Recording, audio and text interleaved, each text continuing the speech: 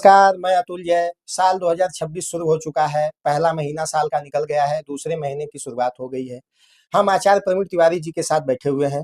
जनता से जुड़े महत्वपूर्ण मुद्दों पे चर्चा करेंगे कि आने वाले 10-11 महीने कैसे बीतने वाले हैं, जनता पे क्या असर आने वाला है, उनके ज्योतिषीय दृष्टिकोण पे हम चर्चा करेंगे।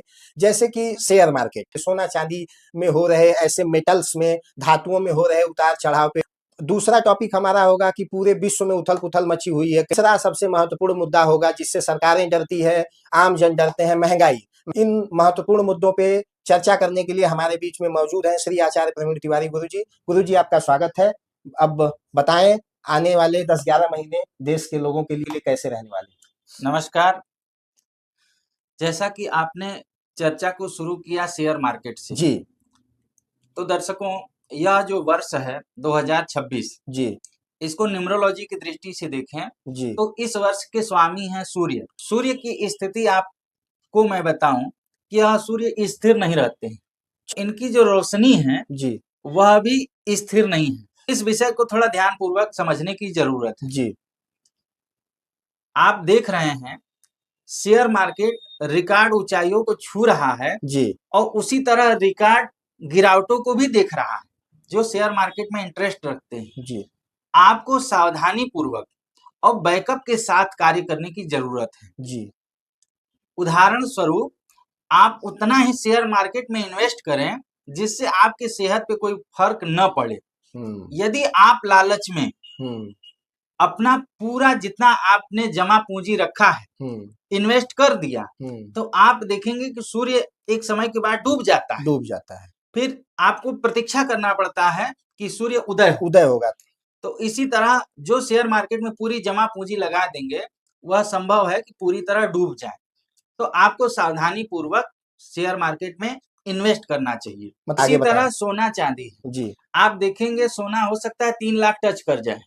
अच्छा कर सकता है। इसकी पूरी संभावना है जी, कि 2026 में सोना 3 लाख टच कर जाए प्रति 10 ग्राम। बाप रे! अभी तो 1,60,000 1,70,000 के आसपास चल रहा है। ऐसे चल रहा है। लेकिन यह भी संभावना है कि 3 लाख जाने वाला सोना 60,000 नीचे भी गिर सकता है। लेकिन अगर सोना चांदी इन्वेस्ट के रूप में आप रखना चाहते हैं तो ये लॉन्ग टर्म में आपको नुकसानदायक हो सकता है, क्योंकि 3 लाख का सोना आप खरीदें और आने वाले समय में 60,000 का हो जाए, 60,000 में भारी नुकसान, भयंकर नुकसान। 2,40,000 का नुकसान। 2,40,000 तो इसमें यही रहेगा सोना चांदी खरीदने में कभी भी जल्दीबाजी आपको नहीं करना है जी। सोना चांदी एक समय के बाद उसका दाम स्थिर हो जाता है। जैसे आज के समय दाम बढ़ रहे हैं इस तरह से नहीं बढ़ता है। यह सूर्य के प्रभाव के कारण इसमें असमान उछाल नजर आ रहे हैं। इसका उदाहरण मैं आपको बताऊं जी, चांदी 4 लाख रुपया किलो तक पहुंच गया हाँ। और दूसरे दिन 2,46,000 भी।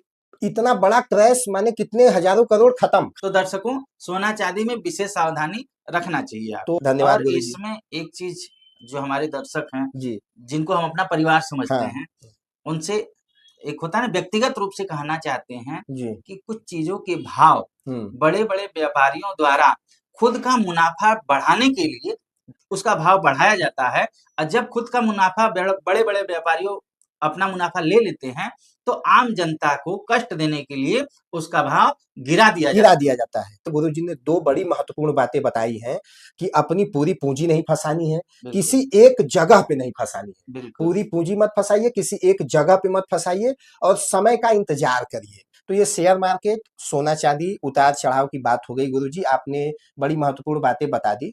दूसरा विषय है वैश्विक उथल-पुथल का विषय है। तो पता नहीं क्या-क्या हो रहा है। लग रहा है कि एक तो मीम वायरल होता है 26 में तो दुनिया खत्म, लगता है कहीं हो न जाए। तो इस पे जरा अपना ज्योतिषीय दृष्टिकोण डालें। देखिए इसमें जो पहला हमारा वैश्विक है, पाकिस्तान में बहुत बड़े स्तर पे सामूहिक नरसंहार होने जा रहा है बाप रे! आने वाले कुछ महीनों में।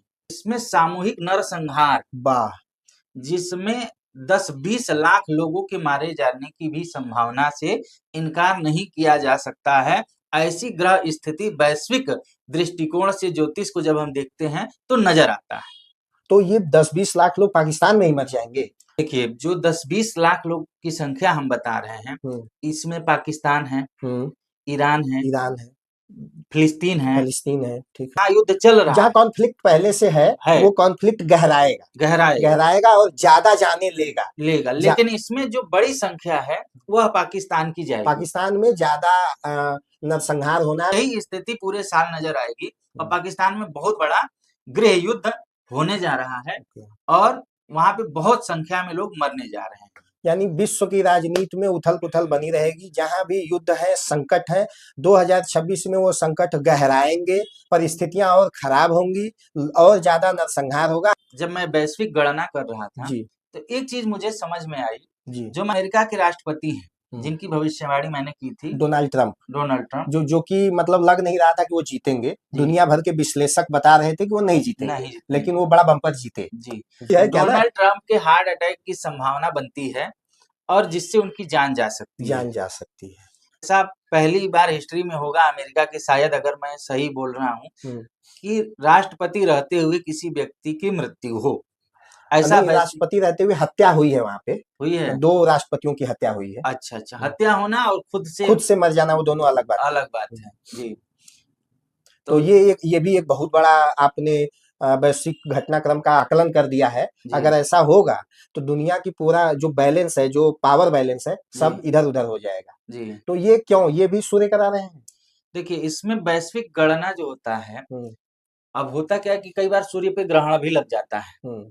तो जब ग्रहण लगता है तो सूर्य को ही खा जाता है। हाँ। तो जब आप अपने आप को समझते हैं सबसे बड़े हस्ती हैं, सबसे बड़ी हस्ती हैं हम ही, जो हम जो बोले वो होना चाहिए। तो ऐसी स्थिति में यह भी देखने को मिलता है कि जो व्यक्ति सबसे बड़े पद पे आसीन है, उस व्यक्ति के ग्रहण, मतलब सूर्य है तो सूर्य तो बच जाता है, लेकिन इंसान नहीं बच सकता है। इंसान, सूर्य तो देव है, अमृत पिए हुए हैं, उनको तो बच ही जाना है, इंसान नहीं। लेकिन डोनाल्ड ट्रंप की स्थिति ऐसी है कि 2026 में अगर ये हमारे बीच में नहीं रहे, हृदय गति रुकने के कारण, तो बहुत आश्चर्य मत करिएगा। ओके जी, तो कुल मिला के वैश्विक उथल पुथल बनी रहेगी। इस वैश्विक मोर्चे पे भी सावधान रहने की जरूरत है। ये 2 मुद्दे हमने बात किए। तीसरा मुद्दा है, एक आम आदमी से, एक सड़क चलते हुए आदमी से, एक गृहिणी से, एक कामकाजी व्यक्ति से पूछेंगे तो उसको डोनाल्ड ट्रंप के मरने जीने से उतना असर नहीं समझ आएगा। पड़ता जरूर है, लेकिन उसे फर्क नहीं पड़ेगा। उसको फर्क पड़ता है महंगाई से। दाल कै रुपया किलो है, चीनी कै रुपया किलो है, आटा कै रुपया किलो है। तो ये एक ऐसा मामला है जो एकदम नीचे के स्तर के व्यक्ति से लेके एकदम ऊपर के लेवल के व्यक्ति को प्रभावित करता है, वो है महंगाई। इस वर्ष 2026 में कोई व्यक्ति यह सोचे कि मैं अपने लिए कुछ बचत कर लूं, तो वह मुश्किल है। खर्च का साल है ये, खर्च का साल है। आपका जितना कमाई होगा उसका 1.5 गुना खर्चा होगा, 2 गुना खर्चा होगा। यानी वही आमदनी चवन्नी, खर्चा 2 रुपया हो जाएगा। 2 रुपया हो जाएगा। बाप रे, सावधान रहें। तो गुरु जी, पहली बात, आप बात आगे मत बढ़ाइए, पहले ये बताइए कि उपाय क्या करें? कि उपाय करने की बात जब आप पूछ रहे हैं, आपको किसी भी प्रकार से किसी का देखा देखी नहीं करना है। किसी कुचक्र में नहीं फंसना है। कुचक्र मतलब, देखिए, सूर्य की रोशनी में कई बार आंखें धुंधली हो जाती है। आप सूर्य की तरफ देखिए, 12 बजे चौंधिया जाएंगे। तो होता क्या है कि जो गरीब आदमी है, जो मिडिल क्लास है, वह जब अपने ऊपर देखता है, जब सूर्य 12 बज जाता है, मतलब आप ऊपर देख रहे हैं, तो आंखें चौंधिया जाएंगी। तो आपको ऊपर नहीं देखना है, नीचे देख के चलना है। जो व्यक्ति नीचे देख के चलेगा वह व्यक्ति बचा रहेगा, और इस बात को एक्सप्लेन करने की जरूरत नहीं है। जो व्यक्ति समझदार होगा वह इस बात को समझ जाएगा। अपनी आर्थिक स्थिति को दुरुस्त रखना है। अभी इस साल खर्च का साल है, तो बचत पे फोकस करिए, जरूरत की चीजों पे ही खर्च करिए, लग्जरी की तरफ बढ़ने से बचिए। यही मूल मंत्र है।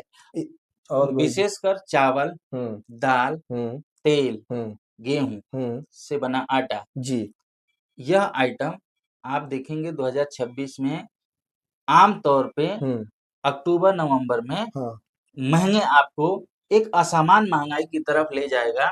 गुरुजी, कुछ ज्योतिषी उपाय अथवा कुछ ऐसे उपाय बता दीजिए, नुस्खे, जिसको करके लोग कम से कम अपनी जेब की सेहत थोड़ी बेहतर रख सके। देखिए, सूर्य का साल है, तो हम बस यही कहेंगे, सूर्य को अर्घ दीजिए और लगातार दीजिए। सूर्य की शरण में जाइए, वहीं आपका भला हो सकता है। आदित्य हृदय का पाठ करिए, रविवार का व्रत करिए और उग्रता से बचिए जी, तीव्रता से बचिए जी। एक होती है स्थिति जिसको बोलते हैं अति उत्साह, उससे बचिए।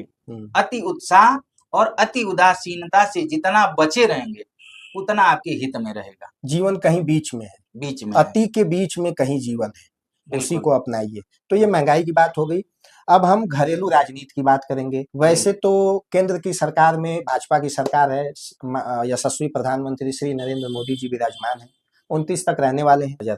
देखिए, राजनीति की बात करें तो 2026 में पश्चिम बंगाल में चुनाव होने वाला है और पश्चिम बंगाल चुनाव की जो भविष्यवाणी है वह यह है कि जैसे 2021 में ममता बनर्जी ने इन लोगों को पटक के भेजा था, वापस 2026 में बुरी तरह से पटक के भाजपा को वहां से हटाने वाली है। माने गुरुजी, बंगाल फिर से हाथ नहीं आने वाला है, नहीं आने वाला है। ममता दीदी अपना जलवा बिखेर बनाए रखेंगी। जितनी सीटें उसकी 2021 में आई थी उसमें 10-20 सीट बढ़ा लीजिए, ज्यादा आएंगी। और भाजपा की जितनी सीटें आई थी उसमें 10-20 सीटें घटा ली। मतलब 26 सेटबैक देने जा रहा है भाजपा को। बिहार को उन्होंने 25 के लास्ट में जीत के तो दिखा दिया था, लेकिन अब बंगाल उनका अगला टारगेट है, हमेशा से रहा है, मोदी जी का ड्रीम प्रोजेक्ट है, तो ये सेटबैक आने वाला है। और बड़ा स्टेटमेंट है गुरुजी, बिल्कुल बड़ा स्टेटमेंट है। अब जो बोलते हैं खुले बोलते हैं। हाँ, आप तो खैर आप तो भविष्यवाणी करते हैं ग्रहों के अनुसार, आप कोई भगवान तो है नहीं। ग्रह गोचर देख के बताते हैं। अन्य राजनीतिक पहलुओं पे थोड़ा सा संक्षिप्त में बताएं जो देश में चल रहा है। यूजीसी बिल है, अपने लोग लड़ रहे हैं, दोस्तों में लड़ाई हो गई, अनबन चल रही है, गुट बन रहे हैं, टूट रहे हैं। एक मोटे स्तर पे देखा जाए तो स्थिरता है, लेकिन लोगों के अंदर में राजनीतिक उथल पुथल है। ये 1 महीने की बात है, मार्च के आखिरी तक। अच्छा, ये मार्च के आखिरी तक ये बुलबुला फूट जाएगा। उसके बाद आप देखेंगे पहले की तरह जैसे सभी लोग आपस में मिलजुल के रहते थे, ऐसे ही आपस में मिलजुल के रहेंगे। यह एक सरकार का कुचक्र था जो सवर्णों और ओबीसी एससी एसटी को लड़वाना चाहती थी। उसका ये कुचक्र जनता जान गई है। उसका यह षड्यंत्र जनता ने पहचान लिया है। तो जैसा कि आपने बताया कि मार्च खत्म होते होते ये देखा जाएगा कि लोगों के मन का उद्योग, राजनीतिक उद्योग, विभेद खत्म हो जाएगा, आपस में फिर भाई भाई दोस्त हो जाएंगे। बड़ा सुकून देने वाली बात आपने कही कि कम से कम हम दोस्त मित्र सारे बंधु बांधव एक साथ बैठ के आनंद से बात करेंगे, देश की तरक्की की बात करेंगे, देश को आगे ले जाने की बात करेंगे। तो इसी अच्छे नोट पे हम इस वीडियो को कंक्लूड करते हैं। बहुत बहुत धन्यवाद आचार्य प्रवीण तिवारी गुरुजी, जो आपने 2026 के महत्वपूर्ण विषयों पे अपनी राय रखी और ज्योतिषीय दृष्टिकोण डाला। जी, आप लोगों को हमारा यह वीडियो पसंद आए तो इस वीडियो को ज्यादा से ज्यादा शेयर किया करिए, लाइक करिए, सब्सक्राइब करिए। धन्यवाद। हर हर महादेव। हर हर महादेव।